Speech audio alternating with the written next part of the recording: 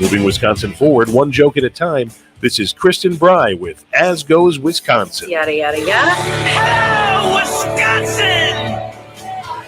Hello, Wisconsin. Welcome to the 11 o'clock hour of our Friday show of As Goes Wisconsin. I'm your host, Kristin Brey, along with Jane Madnair. And I am very excited for this next topic because as of this week, it's become personal. I went in on Monday because my lease for my VW Tiguan is coming up. And so I wanted to go in and I got it serviced and I wanted to look at what my options were for trading it in. And the salesperson was really pushing their electric vehicle. And I was very open to it, although it is much, even with the $7,500 rebate, it was a lot more expensive. And so I am now weighing my options, but we already had this interview scheduled. So I'm excited to talk to him about it. Gregory Nemet is a professor of public affairs, where his research focuses on understanding the process of technological change and the ways in which public policy can affect it. Welcome to the show, Gregory. Thank you, Kristin. It's good to be here, especially with the topic that's so close to your personal decision making right now. I mean, my immediate life choices. And so you focus on at the UW School of Public Affairs at Madison, followed public affairs, on the policy, how policies affect technological change, right? Yeah. And it feels a lot right now, at least when you read the headlines, that like the government really wants you to buy an electric vehicle. Yeah. And in between the kind of the carrots and sticks of incentives for automobile makers, for us as consumers. So what kind of is all out there right now of policy trying to convince people to make the switch? Yeah. I mean, I guess maybe I'd just start with the motivation for it. So the motivation for it is to find a way to reduce the health impacts of air pollution and to help the long-term damage from climate change that comes from combusting fossil fuels. And that there's no way around that with an internal combustion engine. You can get more efficient, but if we're trying to get it cleaned up completely, which is really what we need to do and what we agreed to do about 8 years ago, then we need something that's different, that's clean. And that's where electric vehicles come in. And so that's been a big push by the Biden administration. And about 1 year ago, the Inflation Reduction Act was passed, which includes a variety of measures, but one of them was to create incentives for helping people adopt electric vehicles. And so what's available today is a $7,500 tax credit. So that means you figure out what your tax liability is, and at the end of the year, you minus $7,500. If that vehicle that you're buying is an electric vehicle, and if it has enough domestic content, that means at least 50% of it was manufactured in the US and that the materials were sourced from sustainable places as well. And then if it doesn't meet one of those, then you get half of that credit. So yeah, that's what we're looking for. We're looking at from the policy today. And that's on the consumer side. Is there stuff that's happening as far as, gas emissions and stuff for for automakers as far as what they are incentivized to build and keep innovating on? Yeah, I mean, there's a couple things for automakers. One is we've got what we've had since the 1970s, which is the corporate average fuel economy standards, which have gotten much higher. And so this fits into that and to requiring them to build more efficient cars. But what we really got in a big way in the last year are these incentives to start to build manufacturing in the US, both for batteries and for electric vehicles. So, Ford is just, I think, getting a $10 billion loan to start to develop its electric vehicle manufacturing. There's a lot of vehicle manufacturing happening in the Midwest and especially in the Southeast as well. So on the supplier side for manufacturers, there's a lot of goodies for them as well. And the motivation is that, okay, we need to make this transition. We want to create jobs and we want a lot of it to be domestically sourced as well. And that's a big motivator behind some of those policies too. And so with kind of where we are today, I feel like there's more and more people who are driving an electric vehicle. And I would say from my personal experience of looking at the prices, like it was the first time I think like I've been someone who's already on board of like, I want to eventually make the switch. I drove the Volkswagen option. It was a very nice car. It's much nicer than the one that I'm driving right now. But then also they gave me, even with like the rebates in there, the difference of what my monthly payments would be for this new car versus if I got another Tiguan, and it's still more money than what I'm paying in gas right now. And so like, Yeah. where do we have to go for like people who are like me, who want, it's not like I'm skeptical of electric cars. I'm not scared that like it's going to run out of a charge and I'm going to get stranded. Like I want to, but financially it's still more expensive than I'm like, oh, can I justify this? Yeah. Well, I mean, I think what you need to look at, I'm not saying you need to look at it, but what Yes, one but could look at if one. is the total cost of ownership, which includes what you're talking about, the upfront purchase of it, and maybe spread over 5 years on a lease or a car loan. But there's much more to it. If you think of the total cost of owning a vehicle, which is on the order of $10,000 a year, it includes fueling it and maintenance. Those are big Mhm. costs, and those are ones that are much, much lower for electric vehicles. So the fuel costs are just electricity, which is Yeah. far, far cheaper than filling it with gas, and also not susceptible to the volatility that we've seen in the past, where when fuel goes up to $4 a gallon and spending 60 or 70 bucks or more to fill up a gas tank, you don't have that with an electric vehicle, and you don't have that over 5 to 10 years of owning the vehicle. So that's where a lot of the savings come, and then the maintenance is way, way lower for So electric vehicles. that There's I just didn't fewer know. parts. Yeah, yeah, Oh, that's a that's big why. difference. And so that's where you need to think about how do those all balance out. And then that's where we start to see that electric vehicles make a lot of financial sense, even if you don't take into account the risks of fuel costs going up, the health impacts that you avoid, and that they are pretty fun to drive, from my own personal They're very experience too. quiet. Yeah, It's weirdly quiet. It really yeah. it's just so Jetsons like. Our guest is Gregory Nemet. He's a professor of public affairs at UW Madison. We're talking about electric vehicles. My husband got one about 2 months ago, and but we had installed the right system in the garage so he can charge it at home. So Mhm. that's another cost that you have to kind of build Yeah, in if you're going yeah. to do this. Right. Yeah, you can just plug it in with an extension cord, but to really charge it, you need to put in a higher voltage thing, like you would for a laundry dryer, where you need that higher Right. voltage to get more of a charge. Yep. So from a policies perspective, what else do you think needs to happen as far as to continue to push Yeah. consumers or automakers? Like what's the next step? Two things I would say. So first of all, we should be clear that the costs have been going down Mhm. rapidly on batteries for electric vehicles. So a battery pack that now costs $4,000 in a car 10 years ago cost $40,000. And there were people that were paying that, but you don't have to pay that. And it continues to go down. So that goes in our favor without policy. It's just that the costs are coming down. And then second, the federal government has done a lot on the manufacturing incentives and then the consumer tax credits.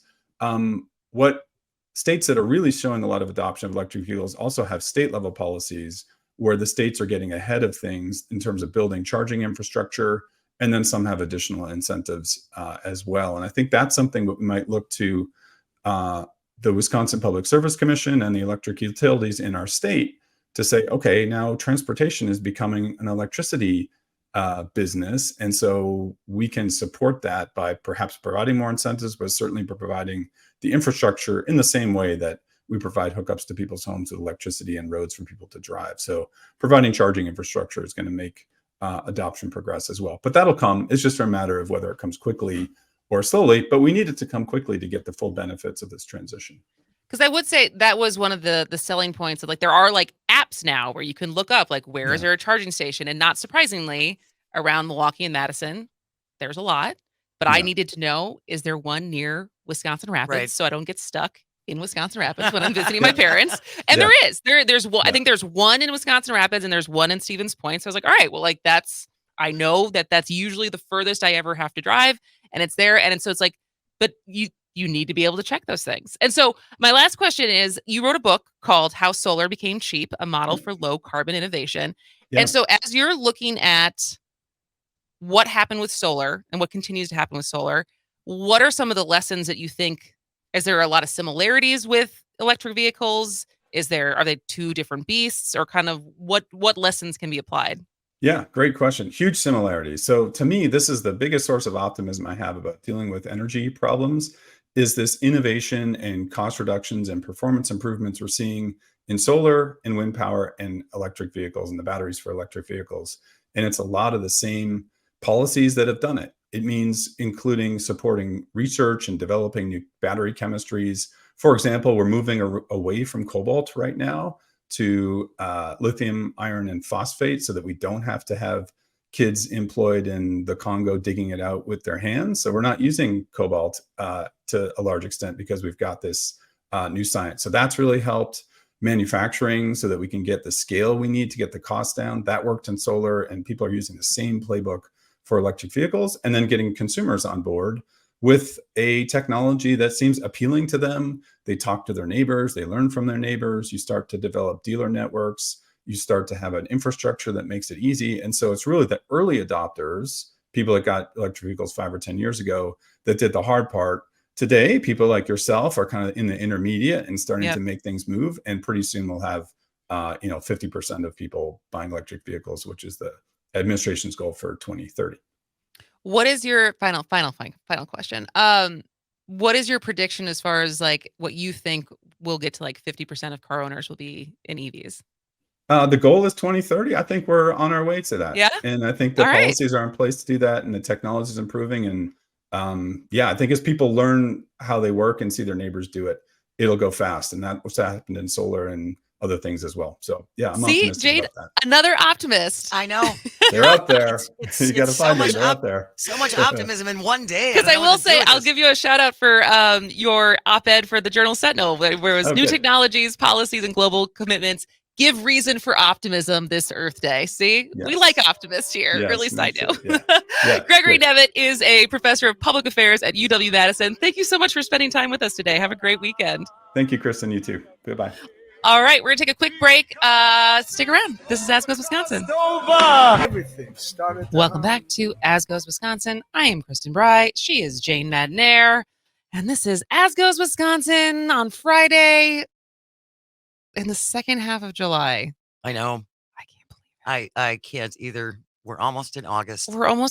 I'm Wednesday, I'll be 30 weeks pregnant. Wow. Like, we're getting very close.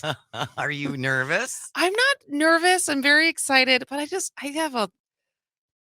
we've had a very busy summer.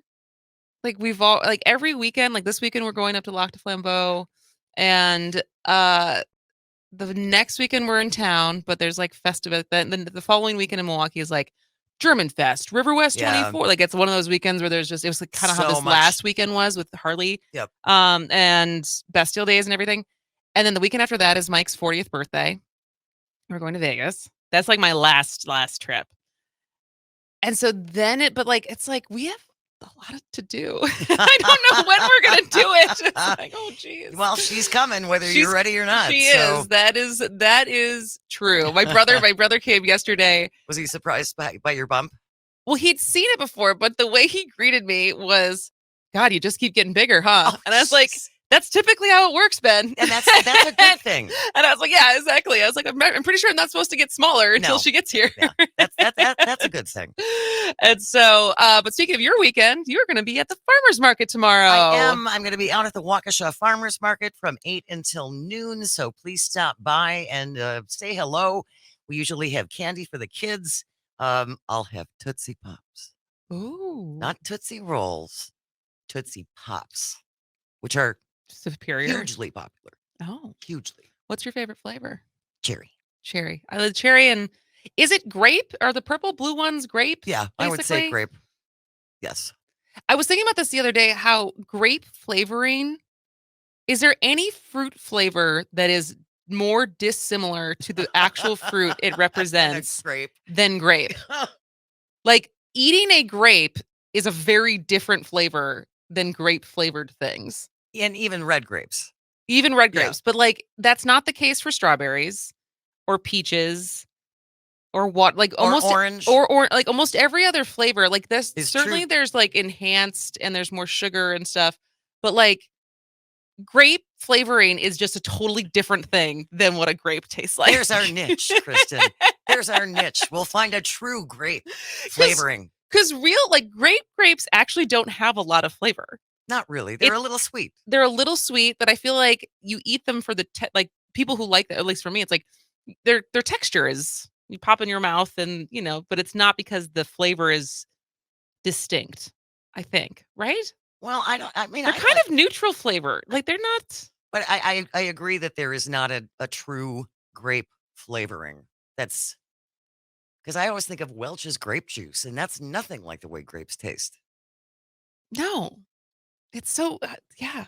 So anyway, stop by tomorrow at the farmer's market, and I'll give you a purple one, and you can tell me what you think it tastes like. And also, if you stop by tomorrow, I will show you the place to get the scone that will change the course of your life. What is it? The bacon scone? It's a bacon and maple scone. It is the most. It's so good.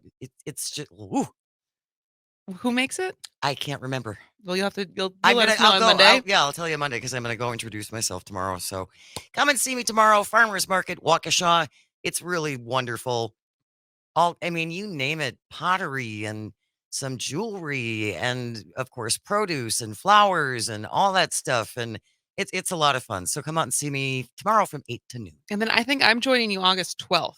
Yes. I'll finally make it to be a weekend that we're in town. I'll be even bigger. Squish it in. Yep. We can squish it in before she comes. Before she comes. All right. Well, I've talked a lot about Barbie. You seemed less enthusiastic about it. I loved Barbie when I was a kid. But are you excited to see the movie? Sure. I'll see it. You'll see it. I've watched the trailers. Okay. That look interesting. Are you excited about Oppenheimer? Excited is the wrong word. Will you see it? I will see it for sure. Will you see both in theaters? Probably. Right? Yeah. I'm excited for movies, even though with the SAG and the striking and everything. But there's been so much buildup for both of these movies, and both have pretty good reviews. Oppenheimer has better reviews so far. But it's also Christopher Nolan, who's just probably arguably one of the best directors alive right now. But also I think you probably leave the theater with a very different feeling. Oh, there's no doubt from one versus the other. Which is why I will probably like Oppenheimer more. There you go. Right?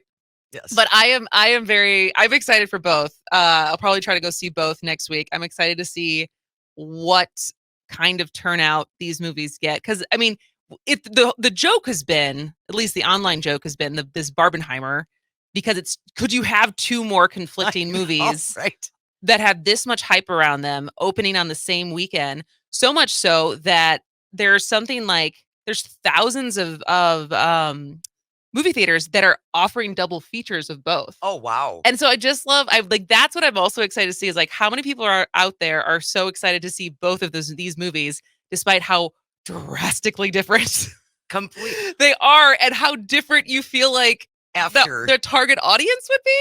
And maybe go see Oppenheimer first and then go see Barbie so you can leave on a slightly higher note.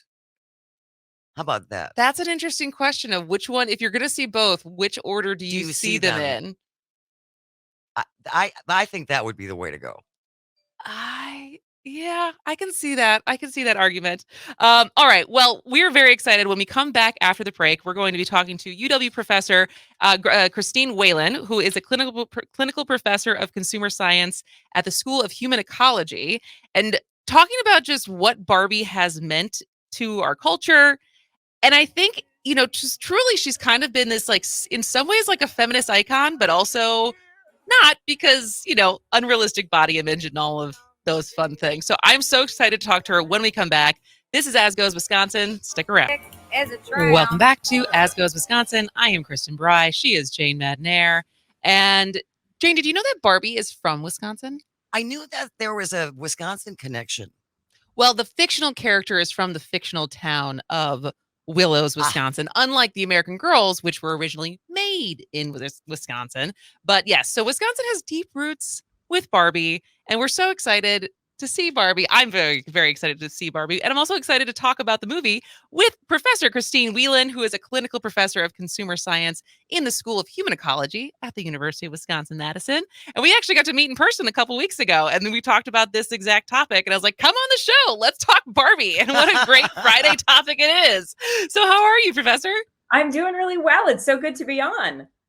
So you've been making the rounds talking about this, which is so funny because as a professor of consumer science and human ecology, like how does this fit? How does the idea of the movie Barbie and Barbie as a product fit into what you have done your career on? So I study the self-help industry and the advice industry, the wellness industry, and how we basically try to spend our money to maximize our happiness. And a character like Barbie, a doll like Barbie, is really interesting because it's a consumer product, right? Mhm. Parents buy this doll for their children, but it's also so much more. Barbie is the sort of vessel for our hopes and optimism about the future, right? So little girls and boys play with dolls as a way of acting out who they want to be and what they want to do in the world, or some of the difficult feelings that they're having right now. So yes, it's a consumer good, but it's also this idea of self-help and who you want to be and where you want to go. So Barbie is totally right in my wheelhouse. I even wore a Barbie pink for this interview. I was gonna say, for the people who are watching the live stream, Very nice. you understood the assignment. Oh, totally. I mean, this has been so fun. I'm taking my kids to see it tomorrow morning. Okay. But in the meantime, I have so many thoughts about this run up. So let's hear more about what have your thoughts been as far as first the marketing has been Huge. the Supreme has kind of been the topic of the theme of today, but it's been unbelievable what the marketing team has done for this movie up until obviously the SAG actors are now not doing that, but they had a good run. So Barbie and that Barbie pink is so iconic in America that I've seen billboards that are just the color pink. Like they don't even have to have Oh, wow. words anymore, right? So just that color evokes Barbie for us. And this is true even for people who did not play with Barbie dolls as kids. We just know that Barbie equals pink. And to me, what's so interesting about Barbie is that we've had a love-hate relationship with her since her inception or birth in Willows, Wisconsin. So when Mattel made Barbie, people thought, oh, who really needs another doll? And this was sort of in the post-World War II consumer boom. But it was also a time when we wanted to sort of see a better and brighter future for our country and for ourselves. So the idea that Barbie is from Willows, Wisconsin, she's like the every woman, the every girl. And then she can go to Malibu and drive in her convertible and have her dream house. So it had this idea that women could do anything. We could be anything. Barbie was a president. Barbie was a CEO. Barbie was an astronaut. We could dress up Barbie as anything. So one angle on Barbie is a lot about optimism and about materialism and the consumer culture. Of course, anytime that we have something like that, we love to hate it. So the other angle on Barbie is this chick can't stand on her own 2 feet. I mean, her arches are so high that her proportions. She literally cannot stand. Yeah, literally would not be able to stand a real woman with those proportions. And she would fall over because her bust to hip to waist ratio is all off. So feminist theory on Barbie is not very positive. Right. So it's a concern that we are having an unrealistic body image for women and girls, that we are suggesting that women can't stand on their own 2 feet, no matter how you dress them. All of these sorts of concerns have been raised over the years.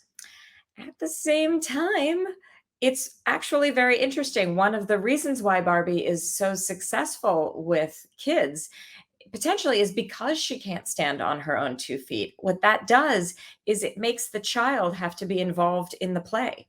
So then the kid herself or himself has to be engaged with the character. It's not static, it's active, it's play acting. So, over the years, I have done many interviews about Barbie.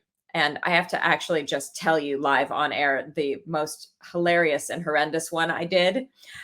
Because it's been long enough now that I think I can tell the story. So I was in Pittsburgh more than a decade ago. Somebody called me to ask me about the new Barbie outfit or whatever it was.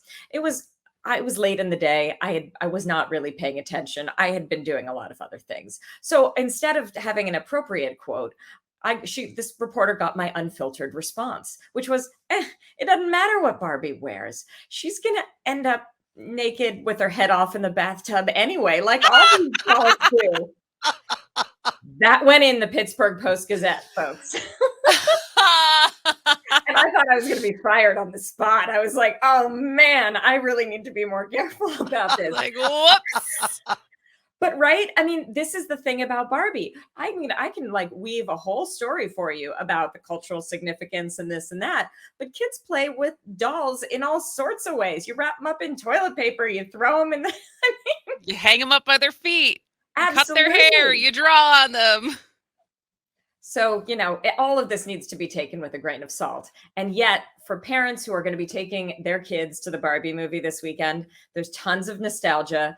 There is tons of excitement. And for the theater industry, for the movie theater companies who are actually getting butts in seats this weekend, for Mattel, for the producers of this movie, and for all of the companies that have glommed on for the ride, this is really going to be a consumer boom. Absolutely. We're talking to Christine Whelan, who is a clinical professor of consumer science at the School of Human Ecology at UW Madison, Wisconsin. So going back to what you said as far as the putting it into context when Barbie first came out, because like you said, it's like Barbie came out and she could do all of these things. She could buy her dream house. She could be president, all these, but this was at a time like, and like, I didn't grow up with that Barbie, right? Because like I was born in the 80s. And so there was already actual ability to do anything. But like my mom, there's a great story about my mom. The first time she got a Barbie, her dad owned a toy store. Santa forgot all of her accessories got lost in Santa's bag because it was the display model that she got for Christmas. But you think about it, when my mom was 6 and got a Barbie, women couldn't have a bank account. Women weren't buying their own homes. Women didn't have credit cards. And so with feminist theory, as far as the proportions of what Barbie looks like, but also as a doll who could do anything at a time that girls and women could not, is like, I think sometimes we lose sight of how revolutionary it was. Absolutely. Really, Barbie was ahead of her times in a lot of ways. And she was paving the way because little girls didn't know yet what they could and could not do. So if Barbie could do it, then it normalizes it. And so, yes, she really was revolutionary in that way. And the fact that she was from Willows, Wisconsin, and doing that is also, I think, really significant, right? She is the every girl. She's coming from the Midwest heartland, and she's going on to do all this stuff. One of the things that I love about the Barbie Dream House is that she and Ken do not co-own it. That is all Barbie.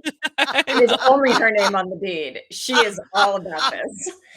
Well, and so that's also what I think, at least what it seems like a lot of what the movie's going to explore is Ken is this like total secondary character in the Barbie narrative of like, unlike the real world where often women are like accessories to men and their successes and they're the main story. And then it's their wives or their girlfriends or whatever. It's like, all of the Kens don't have like I think you can gather from some of the trailers, I haven't seen it yet, are accessories to Barbie. They're himbos. Yeah. And very cute himbos at that. Very cute. So, right, exactly. So now we have male eye candy. Now men as an accessory. So this is why this movie actually is going to really fit in at the right time for our culture as well, right? Because it's this explosion of pink, this explosion of women's empowerment. And rather than this idea of being meek and mild and girly, this is, or even rather than an explosion of, I have to dress a certain way to be admitted into the C-suite and to be as equal to men. This is Barbie saying, I'm pink, I'm fabulous. He's my accessory. Let's go, girls. I'm so excited for this. So are you surprised, as far as someone who's been talking, like you said, 10 years ago, you were giving quotes about Barbie.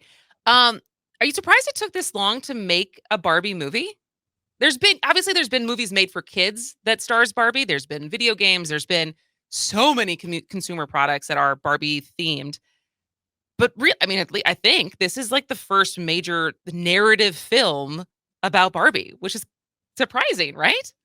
It is surprising. It's also really fitting for our time right now because we have parents who are very nostalgic, right? So we have parents who have disposable income and who have nostalgia for their own childhood and want to relive it in a way that I don't know that we were really sort of culturally programmed to do in previous generations. We were sort of putting the past aside in previous generations, but now we have us parents who just took our kids to Are You There, God? It's Me, Margaret, the Judy Yeah. Blume movie, and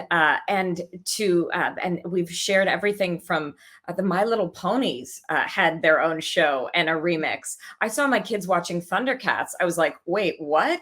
So.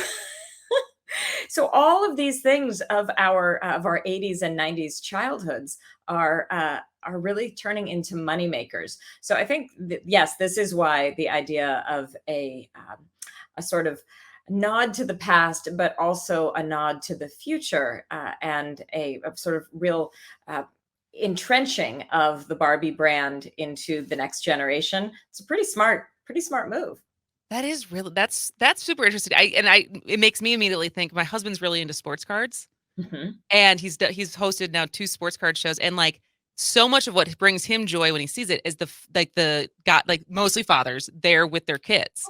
And like it is like the tradition of like I was super into sports cards and now you're super into sports cards and we can go to these events together and we can make a YouTube video like a videos. bonding. Yeah, like the bonding of it of like that like nostalgia for it that gives you a connection to your kids. This is really important, but this is also really savvy consumerism. This is a great way to build the brand, to continue to have new customers, and then also to bring Barbie into the future as a whole new look. I don't think this is necessarily going to be a syrupy sweet movie. It'll be interesting to see where the edges are and how it makes comments about our current culture. Absolutely, especially because Greta Gerwig is sure. known for that. Well, with the 2 minutes that we have left, I know we also mentioned before you came on that the other side of this coin this weekend is Oppenheimer, which is going to be excellent, but I imagine a little darker. Yes, so I think this combination, I'm not sure if it was intentional, but it really, I think, says a lot about our American nostalgia for World War II and the World War II period, and not necessarily always in a positive way, right? It was a time of fear, right, in the nuclear Yeah. era, and then also potentially optimistic consumerism and consumer culture. So we have kind of both all in one. And what I've heard, the recommendation is watch Oppenheimer first with a black coffee in hand, and then pour some pink champagne and rock right into the Barbie movie. There you go. That sounds like an excellent weekend. All right, Christine, thank you so much for spending time with us. We'll definitely have you back to talk about more happiness, self-help, consumerism. This was wonderful. So great to be on. Have a great weekend. You too. All right, we're going to take one more break, and when we come back, we will wrap up today's show. This is As Goes Wisconsin. Welcome back to As Goes Wisconsin. I am Kristin Brey. She is Jane Madnair. And we are rounding out today's Friday episode of As Goes Wisconsin. And as a reminder for all things Barbie, the Barbie Truck Dreamhouse Living Tour is going to stop at Mayfair Mall on Saturday. And so if you're looking for something to take your little ones to, the 2023 Barbie Truck Dreamhouse is going to be at the Mayfair Mall. And so some of Barbie's items for sale will include T-shirts, hoodies, denim jackets, baseball caps, throw blankets, totes, You name couch it. sets, lots and lots of merch. But do we have someone on the line who wants to tell a Barbie story? We do, Debbie Brey. Hi, Good Mom. morning, Deb. Hello. I love today's show because I loved Barbie, and Kristin, you loved Barbie. And you may have forgotten, I heard your discussion about the electric cars and your desire for one. You probably don't remember that you were pushing for an electric car when you were about 3.5 years old, maybe 4. And you so wanted to get the Barbie, that electric Barbie dream car. And my response to you was, what on earth would you do with that car? And your response to me, your mother, was, well, I'd drive it to the club. And I knew at that point that you were going places in your life. You didn't get the car, So did good not. luck if you think about getting an electric one now. Every time I see one of those little cars for a kid, I'm always like, man, they never got me one of those. Oh, And those things that stick with you. I know. no, but your Barbie's. Yeah, it was. Your- Well, when Go ahead, Bob. I'm sorry. Oh, I was going to say when the reason you needed it was to drive to the club. That was the end of it. There was no going in that direction. Could you imagine me just like in the streets of our neighborhood, just like terrorizing the neighbors? putting along in my little pink car, trying to get to the pool? Yeah, you would have had a pink bow in your hair though, too. So that would have been good. That is fair. Okay, you guys have a great weekend. You too, Deb. Take care. Thanks. I don't remember asking for. I remember wanting the car. I don't remember ever saying specifically, where would you drive this to? The club, of course. Instead of riding my bike, I would take this little plastic electric car. Wouldn't everyone? At 3. Right. Mark from the SAC checking in. You can always send us a text to or call 844-967-2789. Mark says, I will see the Barbie movie when I get a chance, if only to give a huge middle finger to all the right-wingers having a meltdown over it. Sounds like a fun movie, and I can't help thinking of the song by Aqua, which is Barbie Girl.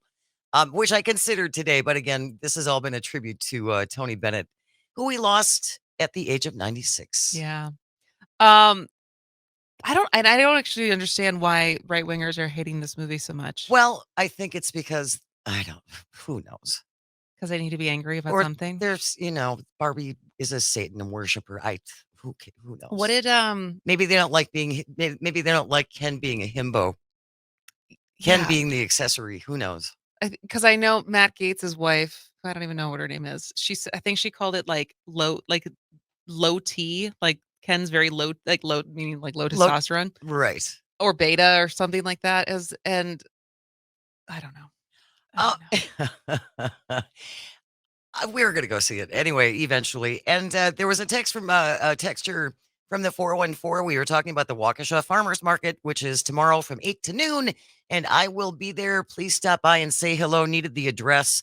So the Waukesha Farmers Market is at 125 West St. Paul, right in downtown Waukesha. It's in the parking lot of a bank. Yeah. So it's St. Paul Avenue and Madison, between St. Paul and Madison Avenue is the cross streets. Yeah. So come by tomorrow again, 8 until noon. Get a scone. Get a life-changing bacon and maple scone. I can't push that. I'm going to be a pusher now. How many are you going to eat tomorrow? Probably just one. Okay. But I might buy how long do scones keep? I don't, a day? I mean, pastries. How long do pastries? I mean, I guess unless you take it home, freeze it. I don't know that scones freeze well. I'll get one.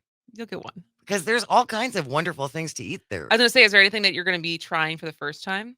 There are a couple different food trucks that I haven't hit up yet. And there's a lot of stuff there. And we are in contact with the organizers to find out if there are open spaces or whatever. And this weekend is just about full. Oh, so it's not like, how does it work? You probably don't know this, but I'm asking in general of like the vendor organization of like, do you have to sign up for like your slot for the year? Do you pick weekends? Like, how does like the organizing of that work? That I am not quite sure of. Because you'd think it would just be the same people every weekend, but it sounds like not so much. Well, and there are different farmers markets all over the place, so maybe some of these people travel as well. What's in season right now?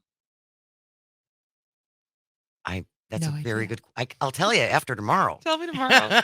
Tell me all the things that you buy tomorrow. I will. Well, yeah. But this has been a super fun show. But it was. I loved this coming from Up North News this morning. I was reading their newsletter for the day, and they were saying they tried to rank the most quote Wisconsin dolls on the market for Barbie. I don't know how Wisconsin these are, but they tried, and these are all real Barbies that you can either were once made or still made. So there is basketball Barbie, who is made with 22 joints.